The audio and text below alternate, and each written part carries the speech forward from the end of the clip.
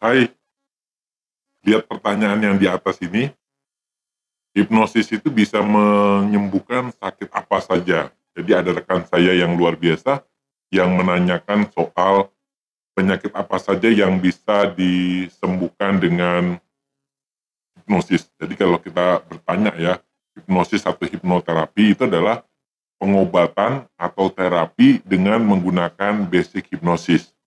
Hipnosis sendiri sebenarnya memanfaatkan gelombang pikiran tertentu ya, dalam hal ini gelombang hipnosis yang disebut dengan gelombang alfa atau theta untuk mempengaruhi pikiran bawah sadarnya sesuai dengan apa kesepakatan antara si pengobat dengan yang diobati. Misalnya, seseorang ingin keluar dari kecemasannya atau anxiety-nya, kepinginnya seperti apa, yang tadinya mungkin takut dengan gelap, takut dengan suasana sepi, atau kebalikannya, itu menginginkan perasaan itu berubah seiring dengan waktu.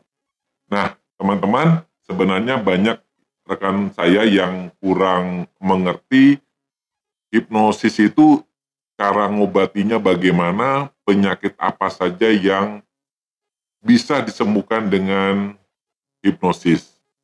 Jadi teman-teman harus ngerti dulu dasarnya ya.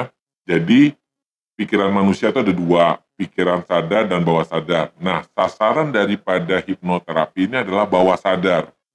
Fungsi pikiran bawah sadar itu pertama memuat memori dari kita dalam kandungan sampai kita sekarang.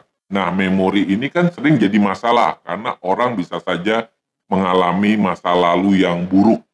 Misalnya mengalami yang namanya KDRT, mengalami perlakuan yang tidak adil, ya. Apapun pengalaman negatif yang ada di masa lalu itu tersimpan di alam bawah sadar. Nah, anehnya, ya pikiran bawah sadar pengalaman ini bisa mempengaruhi kehidupan kita sehari-hari. Kita menjadi orang yang takut, khawatir, cemas gitu ya. Yang kedua adalah dia mengobati termasuk kebiasaan-kebiasaan yang negatif. Karena kebiasaan itu mau dia positif, mau dia negatif, mau dia netral, itu sebenarnya fungsi daripada pikiran bawah sadar manusia. Nah, kebiasaan negatif itu contohnya malas ya. Kemudian kalau bangun tidur selalu telat, kemudian kebiasaan merokok ya. Padahal kita berusaha untuk mencoba bangun lebih awal atau mau berhenti merokok tapi selalu mengalami kegagalan.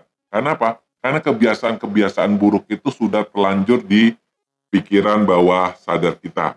Jadi yang bisa diterapi adalah memori kita, masa lalu kita, dengan melakukan reframing terhadap masa lalu, kemudian kebiasaan-kebiasaan negatif, kemudian perasaan.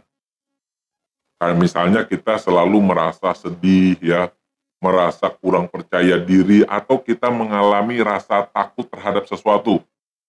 Contohnya, takut kecoa, padahal itu seharusnya tidak takut ketinggian. Sebenarnya rasa takut ini adalah hal yang biasa karena pada setiap orang memiliki rasa takut. Cuma kadang-kadang ada rasa takut yang kelebihan, misalnya takut hanya melihat tikus misalnya, takut dengan suara ambulan, takut kalau tiba-tiba mendengar telepon ada berita kematian. Nah, rasa takut inilah yang perlu kita obati. Jadi, rekan saya ya, ingat ya, hipnoterapi itu adalah pengobatan yang sasarannya adalah segala sesuatu yang disebabkan oleh pikiran bawah sadar. Entah itu pengalaman masa lalu yang buruk, kemudian persepsi kita tentang hidup ini yang negatif, rasa takut, rasa cemas, anxiety, ataupun kebiasaan-kebiasaan yang kita anggap negatif. Oke, teman-teman, demikian, tetap semangat.